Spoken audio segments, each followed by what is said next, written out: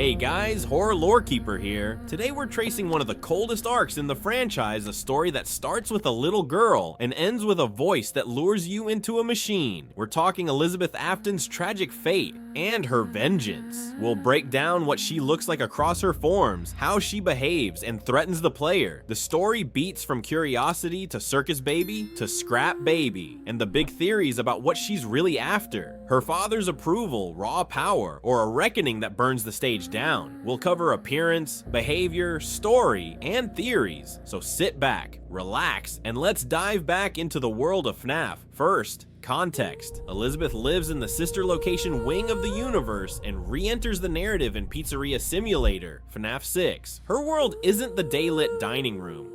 It's the underbelly, a freight elevator yawning into a concealed facility, frost blue hallways humming with air vents, a private room that pretends to be safe, and a scooping room that looks like a hospital and a slaughterhouse had a baby. Later, she comes back in a stripped down storefront that hides a ritual space. Salvaged chairs bolted into concrete, controlled ventilation, sprinklers that were never meant to help. Both places share the same DNA, clinical and carnival at once. A kid's dream stapled to a maintenance lab. Before we talk motives, let's see her. As a human child, we can picture Elizabeth. Small, bow in her hair, bright dress, little shoes tapping anxiously, cherubic and impatient. She's expressionless but unsettling when the camera lingers. You can feel the stubborn streak.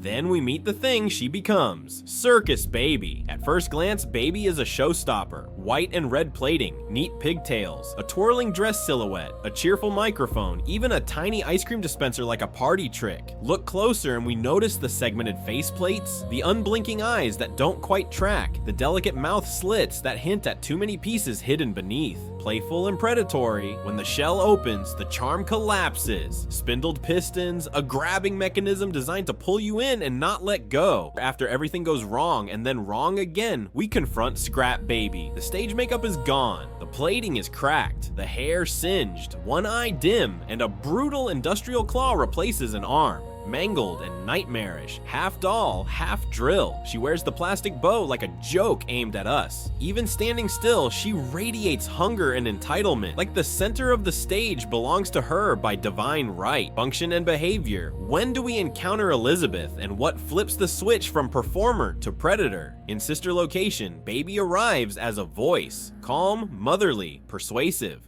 I would always count the children. The trigger for Baby is not your fear, it's your obedience. When you follow her instructions, she opens doors. When you fix panels, crawl vents, power cycle rooms on command, she shepherds you forward. The threat isn't a sprinting kill, it's an itinerary. Your diligence is the ritual that ends in the scooping room. There, the careful steps curdle into the final step. Your body becomes the vehicle for an art, a braided tangle of endos and wires, lanky and inhuman, many voiced, but led by her will. I don't recognize you. You are new.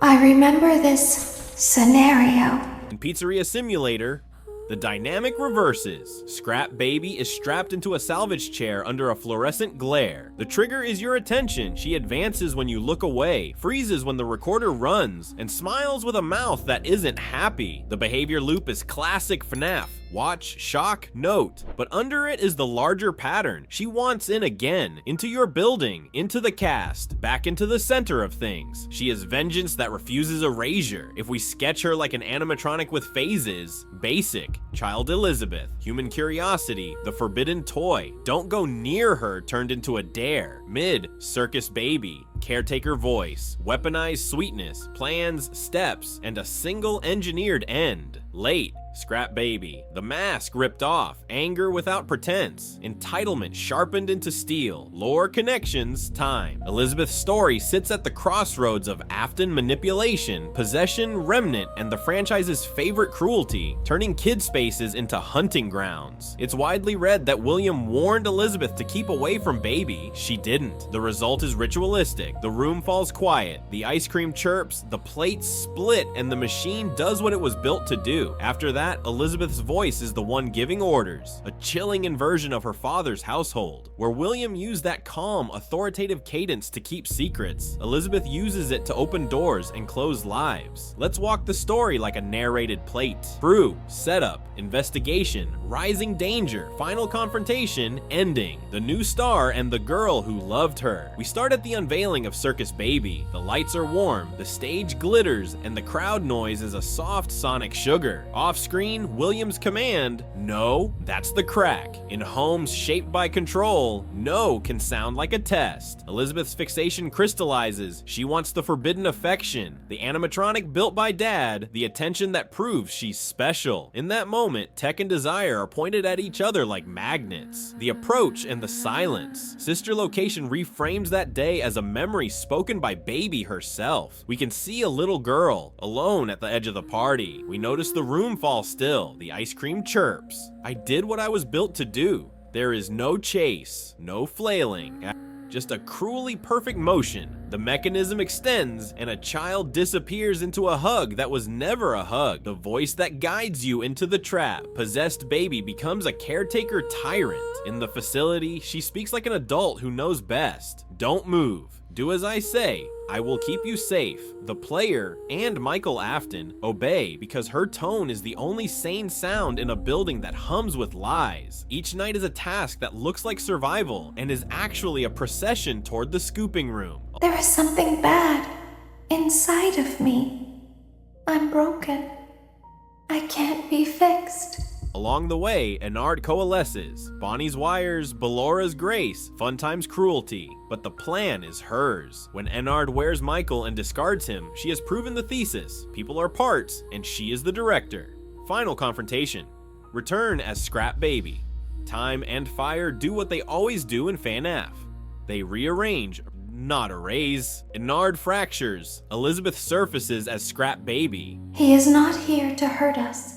In the salvage minigames, she is patience weaponized. She waits, inches forward, waits again, then the mask drops. She doesn't want to be contained, she wants to replace. That's why she comes back to the stage even when the stage is a trap. Pizzeria Simulator collects everything. Afton, the haunted suits, and her, and sets the rules of the last night. Henry's voice is the first voice to refuse her frame. The vents roar, the building glows. Elizabeth reaches for the center one last time, and the center burns. Before we move on, a few mini profiles: appearance, role, threat, as if we're touring animatronics on a security tablet. Elizabeth, human, small, bright, innocent, and stubborn. Role, spark of the obsession. Threat, none to us, except what her death creates. Circus Baby, glossy plating, segmented face, motherly and monstrous. Role, the voice that guides the ritual. Threat, manipulation, the scooping room as endgame. Enard, Elizabeth led, braided endos, many-voiced, lanky and inhuman.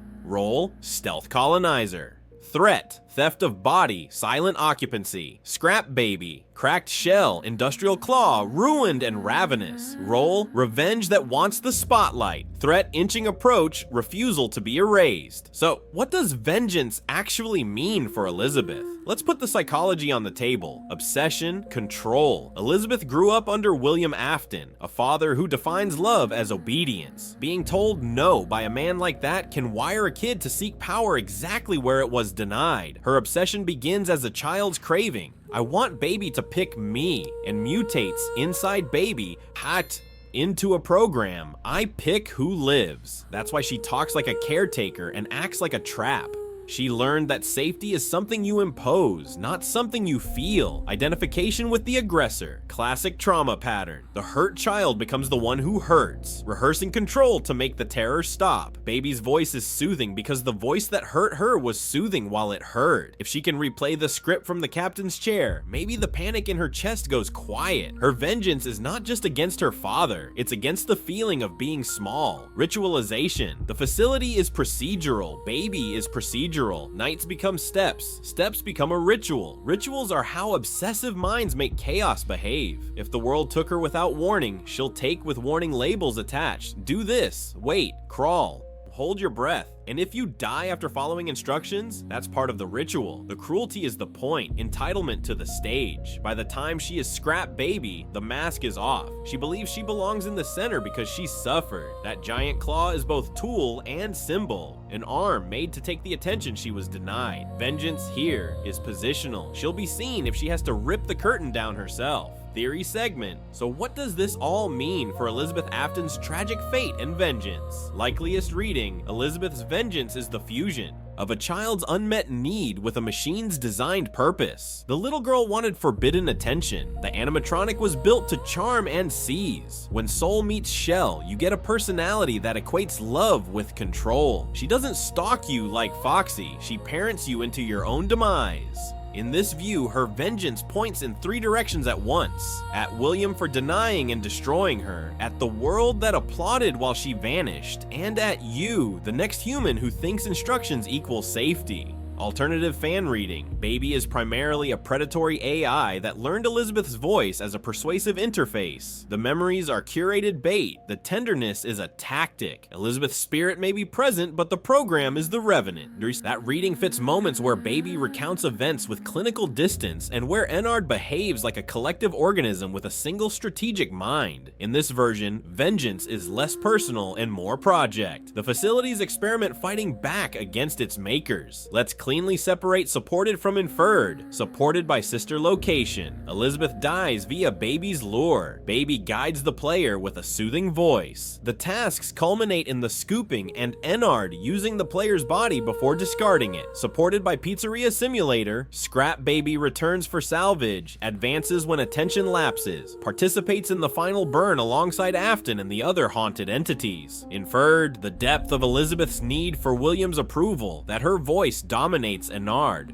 that her caretaker tone is identification with an abuser rather than a purely instrumental strategy. The canon keeps it foggy, but the pattern, sweetness as weapon, ritual as control, center stage entitlement, repeats too precisely to ignore. Here's the sinister line to leave rattling in your vents. Elizabeth's revenge is parental. She doesn't just kill you, she teaches you into death. Wait, breathe, good, now step inside. In a franchise where adults made monsters out of children, Elizabeth becomes the monster who makes adults feel like children again. Small, obedient, and alright, that's our breakdown of Elizabeth Afton's tragic fate and vengeance. The faces she wears, the behaviors that turn compliance into a weapon, the story from bow and ice cream to claw and fire, and the theories for what her anger really wants. If you enjoyed this breakdown, remember to leave a like, comment down below with what you want to see next, and of course subscribe to Horror Lorekeeper for more FNAF and horror content. Thanks for watching and I'll see you in the next video.